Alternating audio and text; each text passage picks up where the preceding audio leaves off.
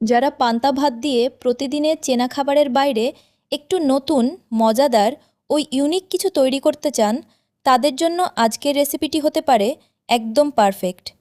পান্তা ভাত, দুধ আর ডিম দিয়ে তৈরি একদম ইউনিক ও দুর্দান্ত মজার একটি নাস্তা রেসিপি। হ্যালো ভিউয়ার্স, আসসালামু আলাইকুম ওয়া রাহমাতুল্লাহ। মাই লাভ কুকিং চ্যানেলে আপনাদের সবাইকে জানাই আন্তরিক স্বাগতম।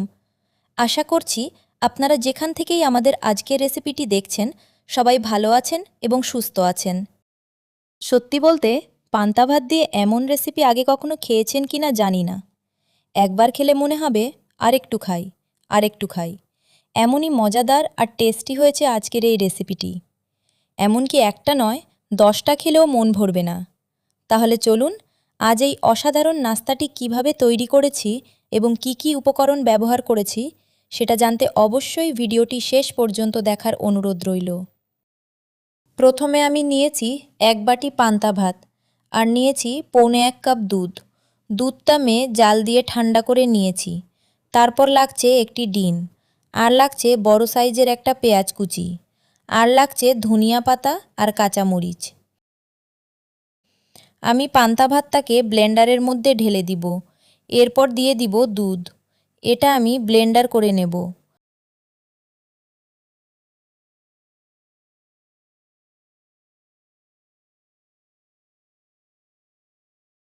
আমার ব্লেন্ডার করা শেষ।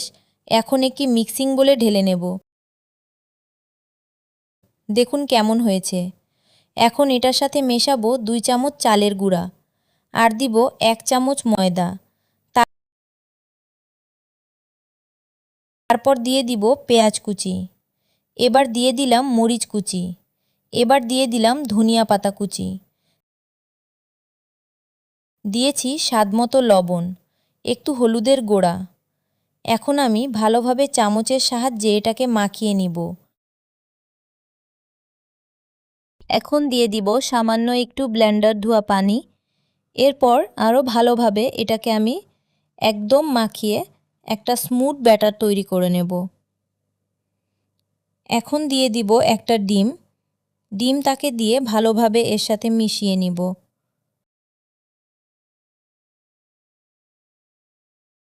আবারও দিয়ে দিলাম সামান্য একটু ব্লেন্ডার ধোয়া পানি।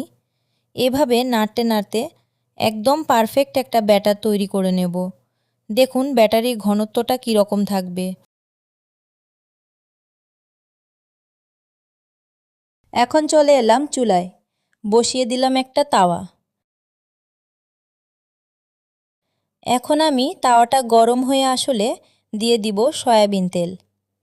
এখন আমি নেড়ে চেড়ে তেলটাকে চারিদিকে ছড়িয়ে দিব। এখন আমি দিয়ে দিব 3 চামচ করে বেটার।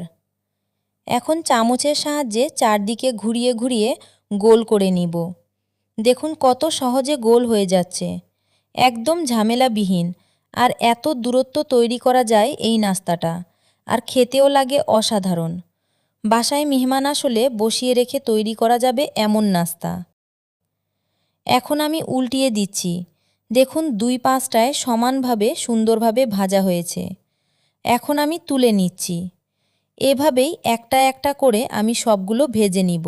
আর যারা ভিডিওটা দেখতে দেখতে এ পর্যন্ত চলে এসেছেন, একটি লাইক দিবেন। আর রেসিপিটা যদি ভালো লাগে অবশ্যই চ্যানেলটা সাবস্ক্রাইব করে পাশে থাকবেন। আর পাশে থাকা বেল আইকনটি প্রেস করে দিবেন। আর কে কোথা থেকে এই রেসিপিটা দেখছেন অবশ্যই কমেন্ট করতে ভুলবেন না। আর রেসিপিটা আপনাদের কাছে কেমন লেগেছিল অবশ্যই মন্তব্য কমেন্ট বক্সে জানাবেন। একবার হলো বাসায় এভাবে ট্রাই করবেন, এতটাই মজা। এভাবে টিপস ফলো করে যদি আপনি তৈরি করেন তাহলে যাকে খাওয়াবেন সেই আপনার প্রশংসা করতে বাধ্য হবে।